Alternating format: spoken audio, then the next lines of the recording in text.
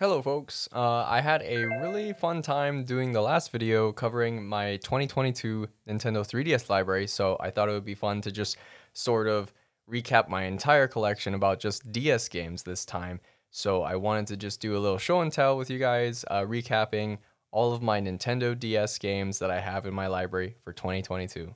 Let's get into it. At the start of the show, we have Fire Emblem Shadow Dragon. Now this I think was actually an unreleased Japanese remake that was the first Fire Emblem that came over to the States. And just as a quick side, it was not popular amongst a lot of my like die-hard Fire Emblem strategy game friends. But yeah, I don't know, I thought it was alright. It seemed a bit unbalanced at first with having a Jagan, the Paladin Knight, just sort of like trample things in the beginning, but I think he was mostly there for tutorial purposes. Overall, yeah, that was a fun playthrough. Let's get into this. I don't want to spend too much time on each game, but because I have a little bit more than last time. But we have Bubble Bobble, Double Shot. Again, this is one that I just got for pure nostalgia points, all stemming from the PS1 Bubble Bobble that I used to play a lot with my family. This actually has its origins mostly in the original playstyle of Bubble Bobble, where you guide these dragons through like this obstacle course. And yeah, the gameplay was a lot more different than what I was used to, but it was fun to play like the original game, so it goes in the collection. We have Advance Wars Days of Ruin. This was a recent pickup while I was in the States, and it looks a lot more crude than the typical GBA Advance Wars and Advance Wars Black Hole Rising that I'm used to. I'm still pretty excited to play this, so we will check this out later. Yep, we have back to the original style, Advance Wars Dual Strike. Still like sticking to that more classic style that I like. Yeah, I haven't played this one yet, but I'm excited to beat that one as well. This one I wasn't really expecting to pick up, but this is Chocobo Tale. Well, Final Fantasy Fables Chocobo Tales. I have not ever played Final Fantasy Fables games. I don't know if there's like a huge installment base for this game, but the whole like multiplayer action, mini games, and card dueling in this seem like pretty wild. So I was like, oh, that looks like an interesting mechanic. I definitely want to give this a sit down and play through. I played through about the first 10 minutes, and I really did like how the story opened up and how like the cutesy 3D visuals are on the DS. It's really good for what it is. Okay.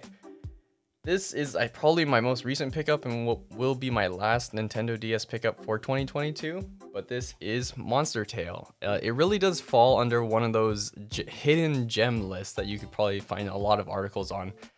And you just raise these little cutesy kind of chibi anime monsters that have like just really stellar boss fights, and just pixel art and animation look like so good. The developers really made a cool way to interact with the top and bottom screen. I think that really did die later on in the late game of the DS saga and just the 3DS as a whole. But yeah, seeing people use a good variety of gameplay with the two screens was like an absolute must, so I had to give it a try. Okay, so this just came in my library out of just total random GameStop that I was at.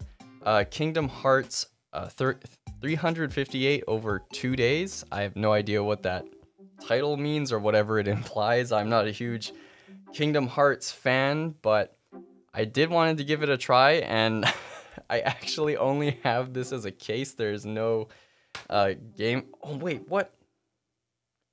I'm wrong. Okay, so when I was at GameStop, they simply told me that they didn't have the game, and the cashier just said, oh, we only have this case. Do you want it? What? Okay, wait. Oh, that's what they meant. Okay. So this, for whatever reason, says Kingdom Hearts recoded. I don't... Wow, okay, I don't even know if that's the game that I even wanted.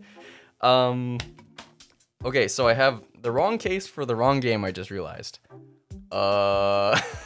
That was unexpected. I'm gonna have to give that a look later and figure out where this belongs. Okay, now we have a classic Mega Man Star Force Leo. I don't think that this was well received at all because it made this jump to 3D and they changed the your player's perspective from what I was used to was the more strategic grid play style of what was it already? I'm blanking.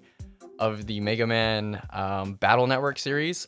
They took that and they messed with the formula, and you can see that you just act on like the last tile set of the battlefield. It did kind of throw me for a loop as a kid, and I was like, oh, this is different, but overall, like, I think I still really like the visuals, and the playstyle was similar enough that I did play it through all the way. But yeah, it was just really sick seeing him transform as this new like Leo type of character. It was pretty cool. Okay, next on the list is probably one of my first DS games that I've ever had on the system, and that is Big Brain Academy. I picked this up recently just because way back in the day I sold it just to buy more video games as a kid. So yeah, this was like only like $3 I think at like my local book off. So picking this up was just a blast from the past. And it insults you if you don't do so well on the test. I think it called me like no better than a plate with a radish on it. So yeah, that shows how smooth my brain is. Ooh, actually, yeah, we'll just bring both of these up. So this is the OG Professor Layton series. I have Curious Village and Diabolical Box. I believe I played through as a kid Curious Village, but I did not get into more of the later series like Diabolical Box in adulthood. So I definitely need to give these a solid replay, and yeah, just really enjoy the Layton series. Okay, we're gonna have a Pokemon corner now. Okay, so this is Pokemon Mystery Dungeon Explorers of Darkness. This was also a recent pickup I got in the States. And yeah, I've only really gave an honest playthrough of the GBA version, Mystery Dungeon. I think it was called Red Rescue Team or Blue Rescue Team. I forget which one exactly I played through, but definitely as a Pokemon branch off game that has more like, you know, MMO kind of elements, I really did like that. I have another Mystery Dungeon game, Explorers of Time. This is the sibling to Explorers of Darkness, so I'm glad I have that set. We have, okay, in no real order, Pokemon Platinum version, probably like one of my favorite Pokemon games, just solely for like checking out what Giratina did in that other dimensional world and seeing his just his plot device in the story was really cool, something really different, and I feel like it was a little bit darker than the usual Pokemon narrative, so that was very eye-catching and it stood out. We have the OG Pokemon Diamond and Diamond. I have two for some reason. I don't know why. But I played Pearl as a kid. My brother had Diamond. I don't know why I have two Diamonds. This one, funnily enough, again, I don't really try to collect Japanese games, but way back when I was studying Japanese in middle school and high school, I was studying Japanese for like 6 years. Yeah, I got the Japanese Soul Silver version of Pokemon, and I beat it entirely in Japanese, but yeah, honestly, Pokemon, you just have to push yes to everything, so it wasn't very difficult to beat. If anything, I studied a lot on all of the new Pokemon Japanese names. Ooh, we have a goodie here. This is one of my favorite DS games, Golden Sun Dark Dawn. They did a really good job with this, and I was really late to the Golden Sun series, only on the tail end of like the GBA when the GBA was dying. That transitioned to DS, I then caught on to the original Dark Sun, no, not Dark Sun, Golden Sun 1 and 2. I forgot what the original titles were, but those games, seeing the animations in the battles were just mind-blowing. I really did like those this series, and this is overdue for a replay. Really, really fun. So yeah. Ooh, I think this is a huge fan favorite, and Rhythm Heaven, Tap Into the Rhythm.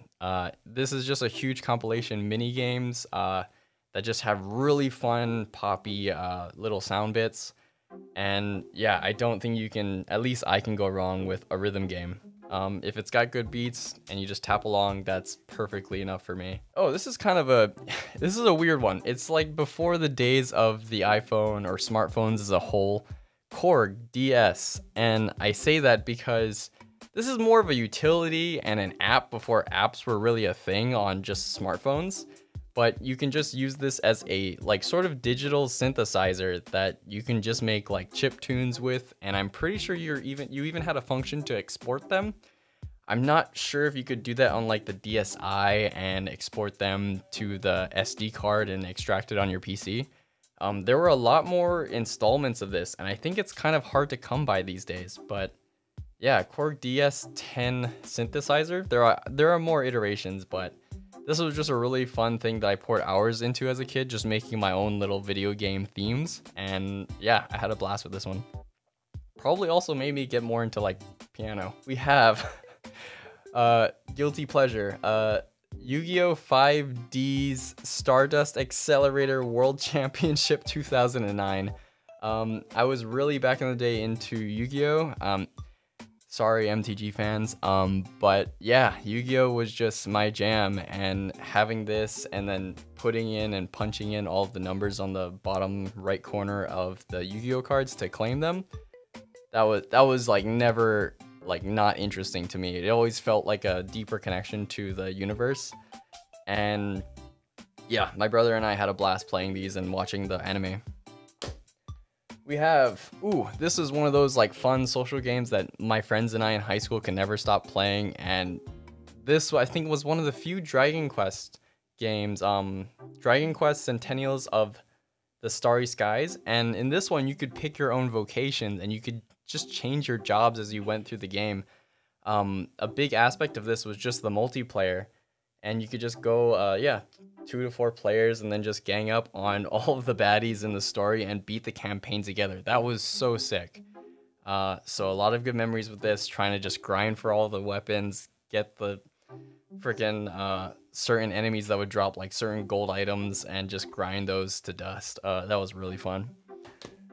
We have, this is a cutesy game that I think would equate a lot to Kirby, but somehow I don't think got the same acclaim as Kirby. But here we have the legend, just the legendary Starfy, not the Legend of Starfy.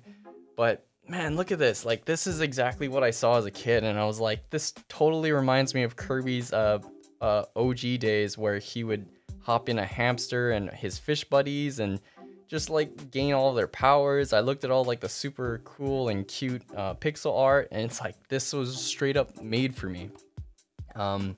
So I beat the heck out of this game back in the day, and I've never seen anything more, come to light of this franchise. So that was a bit disappointing, but I'm really glad to still have this in my collection. I thank my past me for not selling this one. I have 2 copies of Mario Party DS, and I would say that it's like, oh, you could just use the other copy to play with somebody, but this had download play, and I think a lot of people would be probably hard pressed to say that they're sad to actually see a Mario Party game on a mobile platform, because it's like Mario Party is a big screen game that you want a whole bunch of people around the couch to just enjoy the game with and just like have a cool, hangout and party. But I don't know, just having something like this on my DS, I'm just so happy to have, because it's just a little portable experience. And when a big franchise like that can fit on a little handheld, I don't know, that just makes me really happy. A lot of good memories with that one. Okay, so I showed you guys in the last 3DS collection video, we have Bowser's Inside Story, Mario and Luigi, Bowser's Inside Story. The remake of this wasn't totally necessary, but this is what kicked it all off, and I think it got a lot more people interested in this franchise. I think in Japan, these only went as like Mario and Luigi RPG 3. I don't know why they went with this whole title, but yeah, they kept it really simple in Japan. But yeah, solid, just a solid game. It didn't need a remake again, and I think that's just iterated to death. But yeah, playing as Bowser, supersizing him, beating all the other baddies with him, super sick.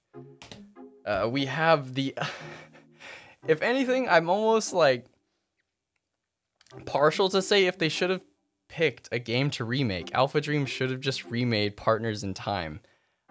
Maybe it wasn't super well received because of the babies and how whiny annoying they were, but that was the point. They're just whiny babies. But I found the background art so beautiful in this game, and like again, just the tried and true classic gameplay of the Superstar Saga series. It really aged really well. This is a game that I actually got really interested in because a lot of my cousins were playing this. I never heard of it, but this is Dragon Quest Heroes Rocket Slime. And back in the day, I wasn't aware of Dragon Quest. I didn't know what it was, but this was just sort of an offshoot of the main series. And you control these little Dragon Quest slimes and monsters.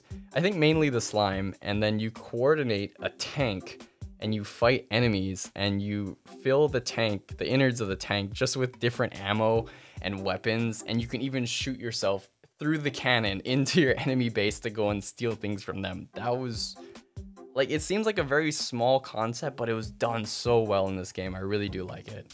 Yeah, Rocket Slime, never tired of that. I think there might have been a GBA version. I gotta look into that too. Ooh, this is one that all of my family was playing, like just regular aunties and uncles. Cooking Mama.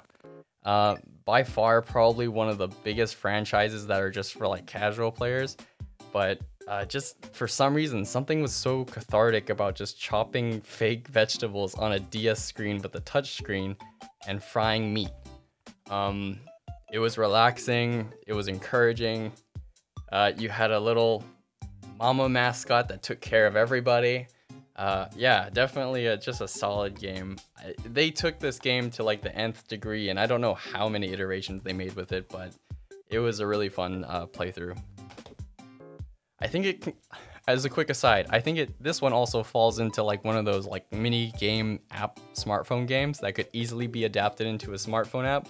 I don't know, future me, go check up on that if this exists as a microtransaction game these days. I don't know. Okay, this was a weird one because I don't think Nintendo developed this, but this is Mario Hoops 3-on-3, and it was just another kind of interesting spin-off of a sports game, and they focused on basketball, and it was just teams of 3-on-3. And I just remember in the beginning there was just a huge tutorial on how to do all of these different L combos, Z combos for passing the ball and just doing these dunks.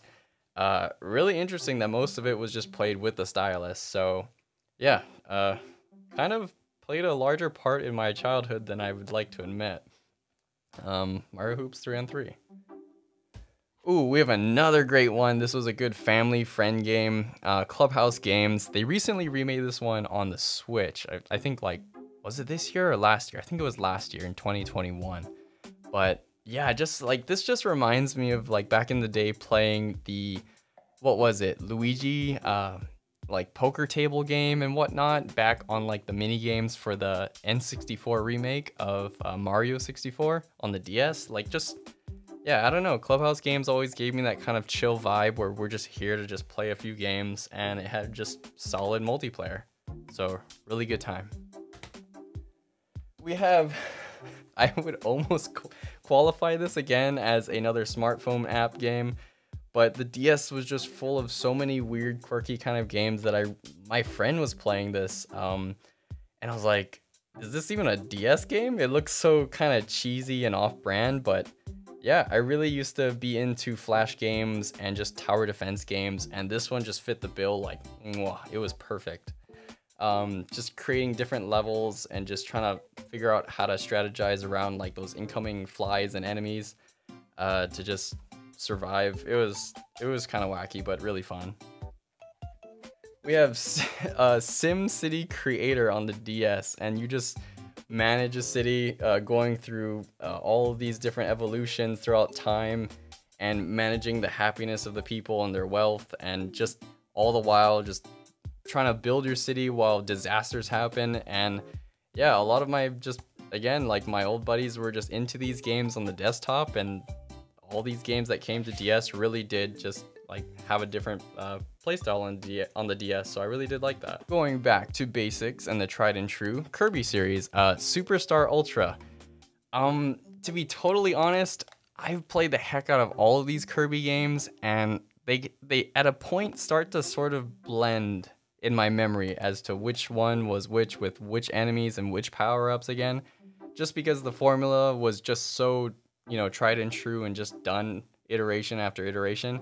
Not until like Planet Robobot did we really get something wild and more memorable. But again, you can't ever go wrong with a Kirby game. So that's one Kirby game. Here is Kirby Squeak Squad. I remember getting this one a long time ago, but really enjoying it and just finding the villains really cute and funny. Just like the mouse boss here. For some reason, I really do remember him and his posse. Yeah, Squeak Squad.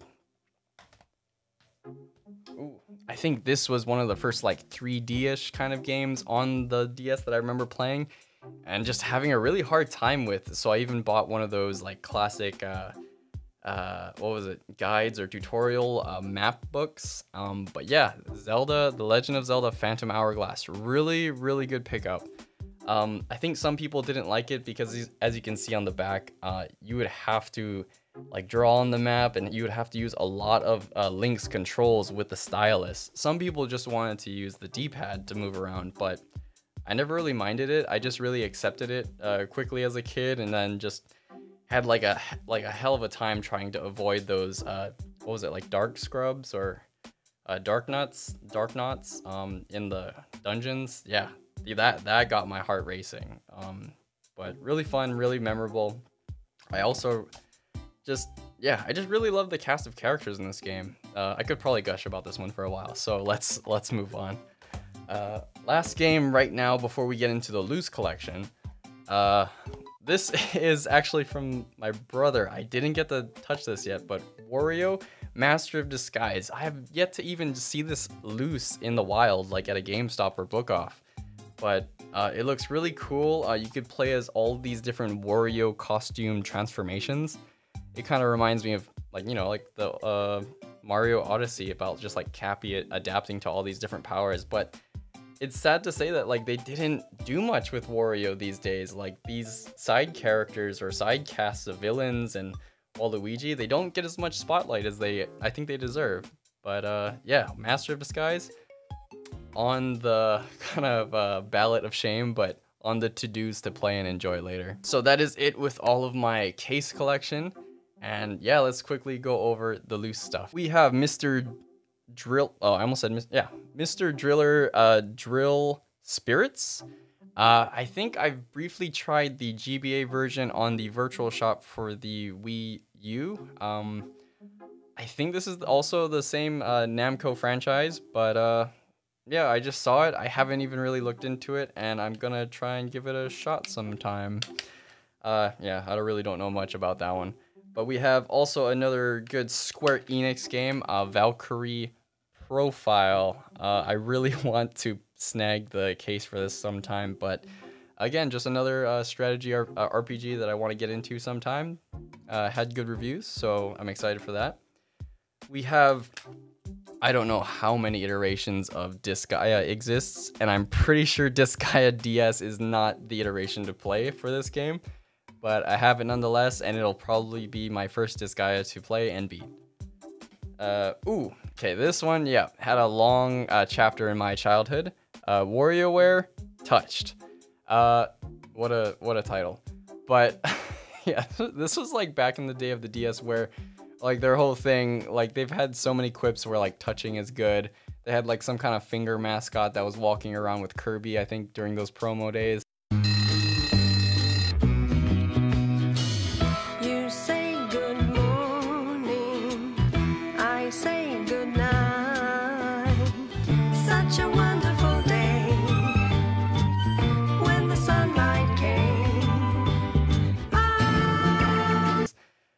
Yeah, Nintendo went pretty hard on that, but just another fantastic WarioWare minigame, just barrage of fun. I really did like those.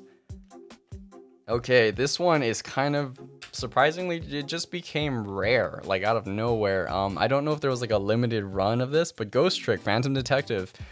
I was just so excited to play this as a kid because like I think I first played it actually on the iPad, and just I had a really good time. It was a solid experience, and I think playing it on the DS was actually probably the best format for this game. The visuals are super nice. Like, even though they're a little pixelated, it was meant and designed and developed for that platform on the DS. Like the music was perfect. There isn't like a whole lot of talking or dialogue outside of the bubbles, the text bubbles, but it's just, I don't know, it just felt like such a good game. Yeah, that's something I have to be on DS later too. We have Professor Layton and the Unwound Future. I think I just went over that one. I don't. I should double check if I have the case for this. But again, Professor Layton series. Have to beat this one too. Sadly, on the list of shame. We have Legend of Zelda: Spirit Tracks, and yeah, another game that I've sadly missed the window on. It's kind of surprising coming from Phantom Hourglass. I'm surprised I didn't pick this up sooner as a kid, but yeah, it just somehow passed me by, and something that I would be very excited to play. We have somewhat of another rare one that I probably need to get the case for because it's so rare before it gets even crazier, but that's Chrono Trigger. Solid Square Enix game. You can get it on so many different platforms these days, but just for some reason I'm hard pressed to just play it on the stupid DS. We have the OG. I have the Perfect Chronology on 3DS, but this is the Radiant Historia OG on DS. The remake, I'm probably gonna play the remake first, and then I'll just compare it and like kind of give my thoughts on what the original was like and what they improved. Kind of backwards, but I think that's the way I'm gonna do it. And then lastly, in the Nintendo DS Loose Collection, this was another recent pickup about a month ago, and I just saw this cute game called Ivy the Kiwi. It had like really cute visuals, and I popped it in, and you just guide this little kiwi bird through his story and through levels just on a vine. So, I don't know. It's an Xseed game. I really do like Xseed, to be honest. They do a lot of unique things with just like quirky characters, and I can't get enough of that. And as a little bonus that I should have included in the my recap of the 3DS collection, this is my quick, it's only 3 games, loose collection of my 3DS. That is Bravely Default. This is one that I had to pick up because I was very shameful, and I sold this game with the case when it first came out, just because I wasn't into the whole strategy RPGs back in the day. And I wanted to play the latest Mario game as a kid, so yeah, I picked this one up straight away when I could. Haven't found the case yet in stores, but just they're all around loose, and I can either find this or Bravely Second with the case, but not the original for some reason. We have a little side game that I think is really solid, and this is Nano Assault. Yeah, just a fun casual pick up and play. Can't go wrong with that. Ooh, I lied. I don't have 3, I have 4. Is it 4? No, 3. Okay. I have the last one here in the loose collection for the 3DS. That is Zelda and the Link to the Past. This remake, oh sorry, I messed that up. A Link Between Worlds. Yeah, another just really well received, really polished Nintendo Zelda experience. The mechanic of just wrapping around through the crevices in the walls was just really good, and a really cool Zelda game. And I don't know if they would ever do anything with this kind of idea in the future, but really happy it's here, and yeah, definitely a classic that I need to get the case for. Oh my gosh, I can't believe I double lied. This is the official game that I have last. This is my very proud to have Sola Torobo, Red the Hunter, and my gosh, I've never liked a Nintendo DS game more than this one. The visuals, oh, it's Xseed too. That's why I probably like this company. But the visuals, the soundtrack, the love and effort they put into this game was just so crazy. And like, I've never seen a more polished, more jam-packed DS game than this one. Sola Torobo, Sadly, you'll be hard pressed to find this game like at a reasonable price. It will cost you an arm and a leg to get, and I'm really happy I scored this bundled box with the soundtrack. And if you can find it, just pick it up and play it. Like, I don't want to spoil anything. It is just such a good package. I'm really proud to have this one in the collection. It's probably the rarest and most expensive one that I'm probably ever gonna have in my collection. Fingers crossed.